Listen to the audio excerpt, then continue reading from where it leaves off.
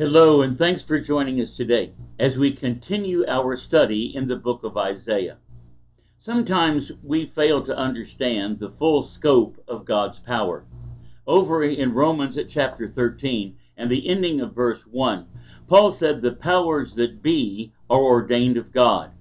God is very active in the affairs of men, and when his judgments are enacted, great things come to pass. Whenever the Berlin Wall fell many years ago, I believe that was an illustration of God's design. The powers that be are ordained of God, and things changed in that part of the world. Later on, the USSR, the Soviet Union, was dissolved into a lot of separate nations.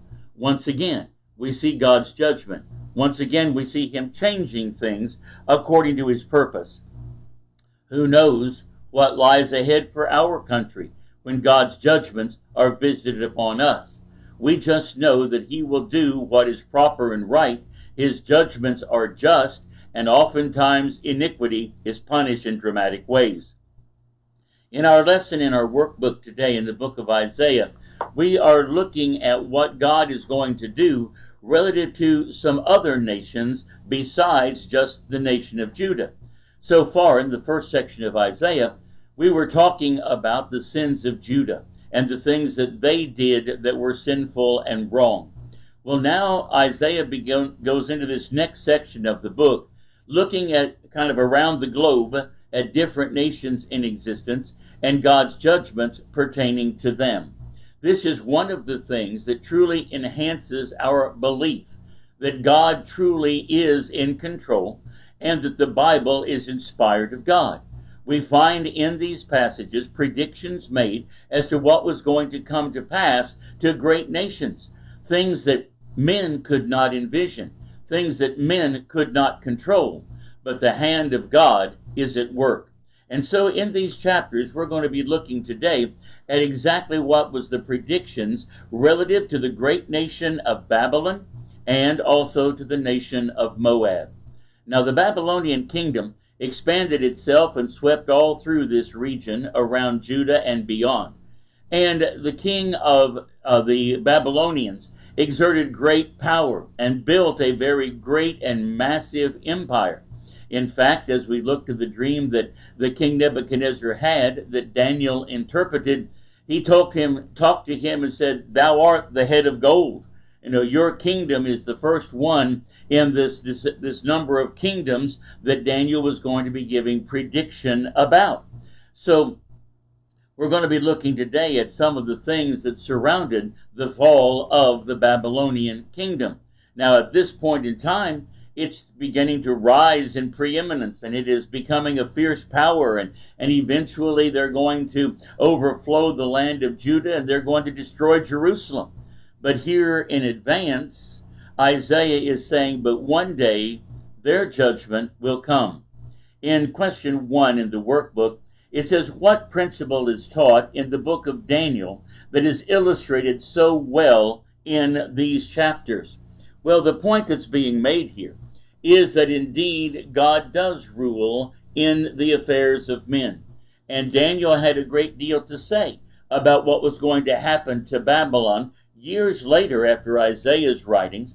We find in Daniel chapter 4 and going down to verse 17 that it says, this matter is by the decree of the watchers and the demand by the word of the holy ones, to the intent that the living may know that the Most High ruleth in the kingdoms of men, and giveth it to whomsoever he will, and setteth up over it the basest of men.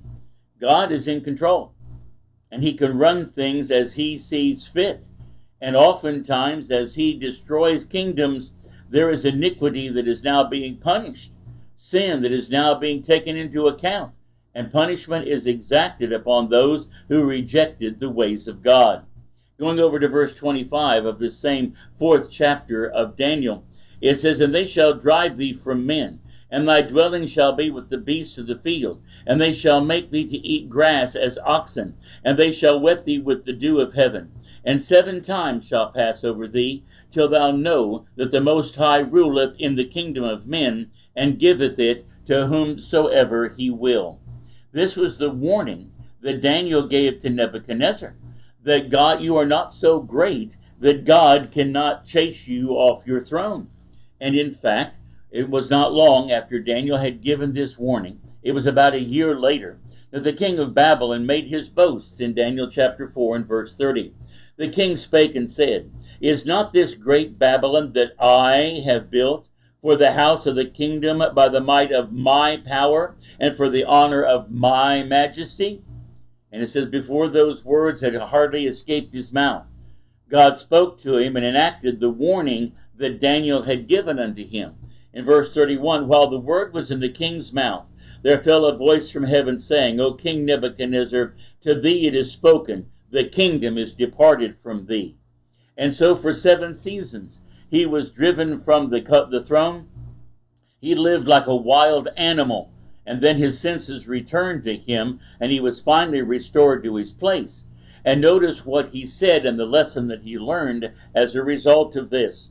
Going down to verse 36 of the same 4th chapter, Nebuchadnezzar says, At the same time my reason returned unto me, and for the glory of my kingdom, mine honor and brightness returned unto me, and my counselors and my lords sought unto me, and I was established in my kingdom, and excellent majesty was added unto me. Now I, Nebuchadnezzar, praise and extol the honor and honor the King of heaven, all whose works are truth, and his ways judgment, and those that walk in pride he is able to abase. So we find that Nebuchadnezzar learned a lesson by the hand of God's judgment that was visited upon him. And so what we're seeing is the Bible doesn't just talk about the Jews. Yes, that's the focus point. But the other nations that are affected by the Jews, the other nations that rise and fall according to the will of God, are also addressed. And whenever we see all of this in its perspective, it humbles us and helps us to understand the greatness and the power of the God of heaven. The kingdoms that exist because of God's allowance. We owe everything to him. In question 2, it says, Who were the sanctified ones that God used to punish Babylon? Eventually, their days ran out. Eventually, the kingdom of Babylon was going to be destroyed. And it was going to be the Medes that come in and take over this kingdom. We find going down to verse 3 of Isaiah chapter 14. It says, And it shall come to pass in the day that the Lord shall give thee rest from thy sorrow and from thy fear and from the hard bondage wherein thou wast made to serve. That's the 14th chapter. Let me back up one to the 13th chapter in verse 3. I have commanded my sanctified ones. I've also called my mighty ones from mine anger, even them that rejoice in my highness. It was going to be the Medes that actually take over the kingdom of Babylon. The book of Daniel talks about that. Remember that feast that Belshazzar had when the finger appeared and wrote on the wall, and it said, Thou art weighed in the balances and found wanting? Well, it says in verses 30 and 31 of Daniel chapter 5, In that night was Belshazzar, the king of the Chaldeans, slain, and Darius the Median took the kingdom, being about 62 years old. So just as Isaiah is foretelling, these sanctified ones, the chosen ones who were to overthrow Babylon, eventually were successful in their task. And so it was the Medes who were the sanctified ones who enacted the judgment of God to punish Babylon. In question 3, what does the expression day of the Lord mean? Sometimes we make the mistake of thinking that the day of the Lord is always just a reference to the end of time, and when the Lord is going to come back and judge the world. Well, that will be a cataclysmic day, a great day of judgment. But the day of the Lord is a phrase used throughout the scriptures to any point in time when God enacts his judgment against those who are caught up in wickedness. Over in the 13th chapter here of Isaiah, and going down to verse 6, he says, Howl ye, for the day of the Lord is at hand. It shall come as a destruction from the Almighty. So over and over again, it is used in the Bible to talk about some great judgment of God, some notable thing that was going to happen. We can look at some illustrations in other places about this as well. Back in Isaiah chapter 2 and going down to verse 12. It says, "For the day of the Lord of hosts shall be upon every one that is proud and lofty, and upon every one that is lifted up, and he shall be brought low." There are going to be those moments when God's judgment is going to be visited upon various and sundry individuals and various and sundry nations, whoever will array themselves against the God of heaven. Over in this 13th chapter and going down to verse 9, it says, "Behold, the day of the Lord cometh, cruel, both with wrath and fierce anger, to lay the land desolate, and he shall destroy the sinners thereof out of it." If we go down to verse 17 of this 13th chapter, we find that Isaiah is talking about who it is that's going to punish the nation of Babylon. It says, "Behold, I will stir up the Medes against them, which shall not regard silver as for gold, and they shall not delight in it. Their bows shall dash the young men to pieces, and they shall have no pity on the fruit of the womb. Their eye shall not spare children. And Babylon, the glory of kingdoms, the beauty of the Chaldees, excellency shall be as when God overthrew Sodom and Gomorrah." In fact, in verse 20, "It shall never be inhabited, neither shall it be dwelt in from generation to generation, neither shall the Arabian pitch tent there, and neither shall the shepherds make their fold there." When God's judgment was visited upon Babylon, it was going to be a mighty judgment. So as we open up this 13th chapter, we find in verse 1 that here Isaiah is talking about the burden of Babylon, or here is God's judgment against the nation of Babylon, which Isaiah the son of Amos did see. And so that's what we're looking at here first, is that God is explaining what's going to happen to this great kingdom of Babylon. Now bear in mind, at this time, Babylon has not yet destroyed Jerusalem. It is a rising power. Its armies have not overthrown the Assyrians. They have not taken over everything yet. But God knows what the future holds for them, what kind of a nation they are going to become, and what he is going to do to destroy them. We find here in Isaiah chapter 13 and going down to verse 10, it says, "For the stars of heaven and the constellations thereof shall not give their light. The sun shall be darkened in his going forth, and the moon shall not cause her light to shine." Some people get confused when this prophetic phrase is used, thinking that somehow this is going to be a literal happening, that somehow the moon is going to be darkened and the stars are going to disappear, and what does that mean? Well, as we begin to search through the scriptures, we see this being a figurative phrase that is used to speak of the darkness of the destruction that is going to come at some point in time. It may be on various nations. For example, over in Ezekiel chapter 32, this same kind of phrase is used in speaking about the downfall of the nation of Egypt. In Ezekiel chapter 32, verses 7 and 8. "And when I shall put thee out, I will cover the heaven, and make the stars thereof dark. I will cover the sun with a cloud, and the moon shall not give her light. And all the bright lights of heaven will I make dark over thee, and set darkness upon the land, saith the Lord God." In other words, he is going to plunge Egypt into the darkness of destruction because of their wickedness and God's visitation of wrath upon them. This phrase is also used over in Matthew chapter 24. Whenever Jesus is talking about the coming destruction of the city of Jerusalem. He gave warning here in this 24th chapter. He's answering a question that the apostles had asked about when will there not be one stone upon another, and when will this great city be destroyed. And in verse 29, this same prophetic phrase is used. "Immediately after the tribulation of those days shall the sun be darkened, and the moon shall not give her light, and the stars shall fall from heaven, and the powers of the heavens shall be shaken."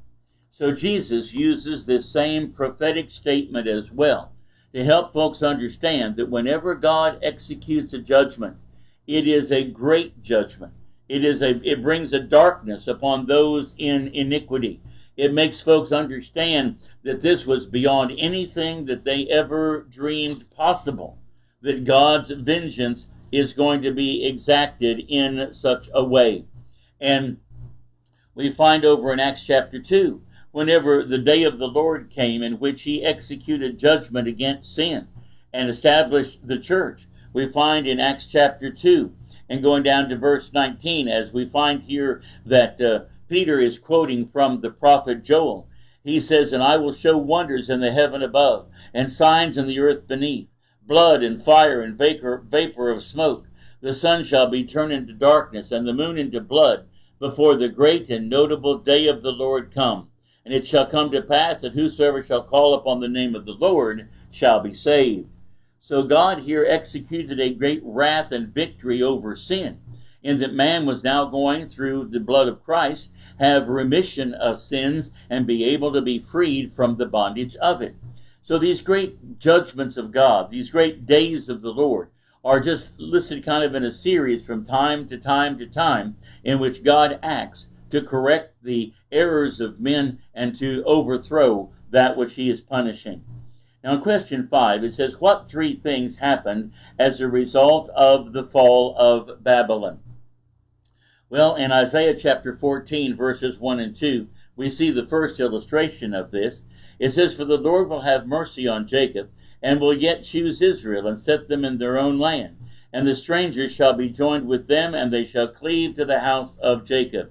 So we find one of the first things that was going to happen when Babylon was destroyed would be that Israel would be restored. Now, as we think about the unfolding of things, the Assyrians carried away the northern kingdom, and then the Babylonians carried away the southern kingdom. We find that God had predicted through the mouth of Jeremiah and other of the prophets that eventually the Israelites would be able to come back home. Whenever the Babylonians were overthrown and the Medes took over, the Medo-Persian Empire had a different philosophy of ruling, and it allowed the displaced people to return to their homeland. And so Ezra, Nehemiah, others were able to lead groups back to Jerusalem, and with Zerubbabel and others who were leaders of the people, the city of Jerusalem was reconstructed, the temple was rebuilt, and these things came to pass. But Babylon was going to be destroyed before that restoration took place. Something else that happened in Isaiah chapter 14, and looking down to verse 3, it says, "And I will pass in the day that the Lord shall give thee rest from thy sorrow, and from thy fear, and from the hard bondage wherein thou wast made to serve. And thou shalt take up this proverb against the king of Babylon, and say, How hath the oppressor ceased, and the golden city ceased? The Lord hath broken the staff of the wicked, and the scepter of the rulers. He who smote the people in wrath with a continual stroke, he that ruleth the nations in anger, is persecuted, and none hindereth. The whole earth is at rest and is quiet. They break forth into singing. Yea, the fir trees rejoice in thee, and the cedars of Lebanon, saying, Since thou art laid down, no feller is come up against us. Hell from beneath is moved for thee, to meet thee at thy coming. It stirreth up the dead for thee, even all the chief ones of the earth. It hath raised up from their thrones all the kings of the nations, and they all shall speak and say unto thee, Art thou also become weak as we? Art thou become like unto us? Thy pomp is brought down to the grave, and the noise of thy vials. The worm is spread under thee, and the worms cover thee." So the whole point that's being made here is that Israel would be able to rejoice at their salvation, but Israel is going to be able to sing in somewhat of derision and ridicule against this nation of Babylon that thought it was so great. They died. The king died. Babylon passed into oblivion, just as other kingdoms had done. And so Israel will survive, and Israel will be able to sing about the destruction of their oppressors. And we find as well that also contained in this 14th chapter, something else that will happen with the fall of Babylon will be that the Lord's purpose is accomplished. Over here in Isaiah chapter 14 and going down to verse 24, "The Lord of hosts hath sworn, saying, Surely, as I have thought, so shall it come to pass.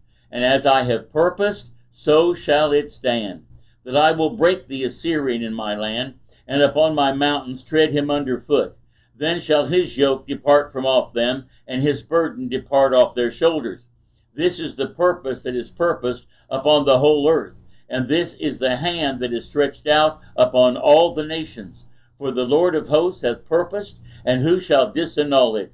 And his hand is stretched out, and who shall turn it back? The Lord's purposes were going to be accomplished. He used Assyria to punish the northern kingdom. Then he used Babylon to punish the Assyrians. And now he's also predicting that when the iniquity of the Babylonians is full, they as well will be destroyed. And no one can change that. No one can disannul it. That is written in stone, so to speak, as to what God is going to do to the wicked, arrogant nation of Babylon that thought too much of itself. In question 6, it says, when was Israel restored to their own land?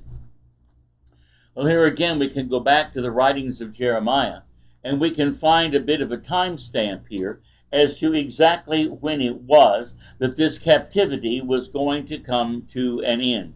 If we look at historical dates, we find that from the destruction when they were first carried away into captivity until their return, if we are looking at 606 to 536 BC, this is that 70-year span that Jeremiah talked about in Jeremiah chapter 25, verses 11 and 12.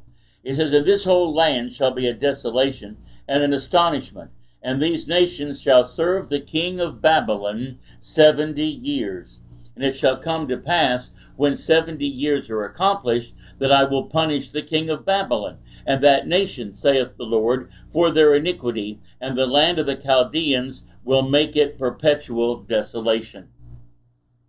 So God is going to visit his judgment upon the Babylonians, and they are going to be destroyed. But after 70 years, Israel will get to go back home. Now, in the course of this song that is found here in chapter 14 of the book of Isaiah, there are several different points that are to be made. Here it kind of breaks into 4 different sections as there is rejoicing over the destruction and kind of a taunting of the great Babylon that thought itself so arrogant and invincible. The first point being made that Babylon's power is broken, as we notice here in the 14th chapter. And going back to verse 4, it says, "Thou shalt take up this proverb against the king of Babylon, say, Hath the oppressor ceased? The golden city ceased? The Lord hath broken the staff of the wicked and the scepter of the rulers." Babylon is not going to maintain its greatness forever. Moving on down in the chapter, there is going to be rejoicing all over the earth as a result of Babylon's fall. He says, figuratively speaking, in verse 8 of the 14th chapter, "Yea, the fir trees rejoice at thee, and the cedars of Lebanon, saying, Since thou art laid low, no feller is come up against us." In other words, there has been nobody who has come to strike against us. There has been no woodsman that has come to cut us down as trees now that Babylon has been destroyed and the demand is gone. Hell from beneath is moved for thee, to meet thee at thy coming. It stirreth up the dead for thee, even all the chief ones of the earth. It hath raised up from their thrones all the kings of the nations. And all they shall speak and say unto thee, Art thou also become weak as we? Art thou become like unto us? Thy pomp is brought down to the grave, and the noise of thy vials. The worm is spread over thee, and the worms cover thee. The world rejoices, and Babylon, the king thereof, is taunted about his greatness, because he's dead, just like the other kings of other nations had fallen in times past. Now, continuing on, he talks about how Babylon is humiliated and brought low. Whenever they were so arrogant, remember how we read back there in Daniel, how the king kind of strutted in the throne, and this is the great kingdom I have built and what I have done. One of the 7 wonders of the ancient world was the hanging gardens of Babylon. There were so many accomplishments that they did accomplish, but at the same time they grew arrogant in their success.